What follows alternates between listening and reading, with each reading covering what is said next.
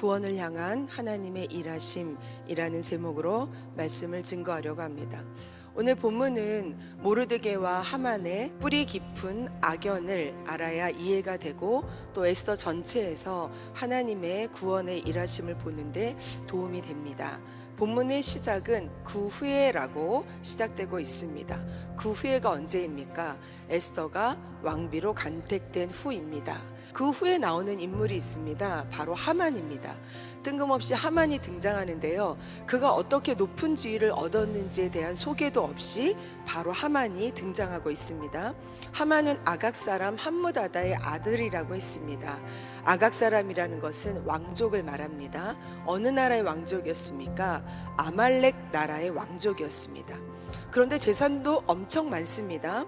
9절에 아하수르의 왕에게 유다인을 진멸하도록 조서를 내려달라고 부탁하면서 그렇게 해준다면 자기가 1만 달란트를 주겠다고 합니다.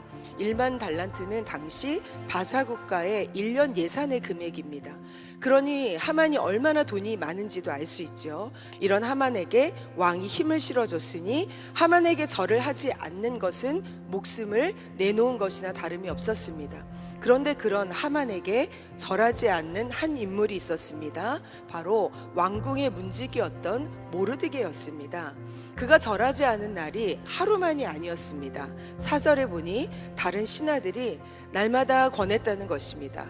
하지만 모르드게는 날마다 절하라는 사람들의 권유에도 굴하지 않고 절하지 않습니다. 그리고 나서 그의 대답이 의미심장합니다. 절하지 않는 이유가 유다인이기 때문이라는 것입니다. 다른 사람들은 자세히 몰라도 하만은 알아들었다는 것을 우리는 짐작하여 알 수 있습니다. 하만이 모르드게와 유다인을 진멸하라고 했던 이유는 자신의 조상이 유다인에 의해 진멸되었기 때문인 것입니다. 사단은 하만을 통해서 유다 민족을 모두 죽일 합법적인 날을 정하였습니다. 하만에 의해 왕의 조서가 내려집니다. 그 조서는요 12월 13일을 유다 민족을 죽일 수 있는 합법적인 날로 정했다는 것입니다. 이렇게 한 민족을 진멸할 수 있는 날을 정하는 것이 가능했던 이유는요 바로 다리오 왕 때 마구스 족속의 살해의 날이 있었기 때문입니다. 마구스 족속이 가짜 왕을 세워서 음모를 꾀했거든요. 그래서 다리오 왕 때 마구스 족속을 보이는 대로 죽여도 되는 그 한 날을 정한 거예요. 그래서 하만이 아하수에로 왕에게 유다 민족을 합법적으로 죽일 날을 얻어낼 수 있었던 것입니다. 유다 민족에게는 너무나 크고 두려운 날이 되었습니다. 하만은 당장이라도 죽이고 싶었을 것입니다. 그런데 제비를 뽑았는데 12월 13일이 나온 것입니다. 11개월이라는 시간을 얻게 하신 것도 하나님의 은혜였던 것입니다.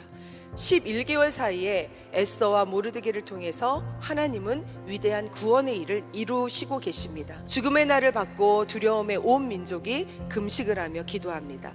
아직 예루살렘으로 귀환하지 않은 유다인들은 그 어느 때보다 간절했었을 것입니다. 하나님은 바사 나라에 아직 남아있는 하나님의 백성들을 모른 척하지 않았습니다. 하나님의 백성들을 절대 잊지 않으셨던 것입니다. 구원을 향한 하나님의 일하심은 에스더서 전체에 나타나고 있습니다.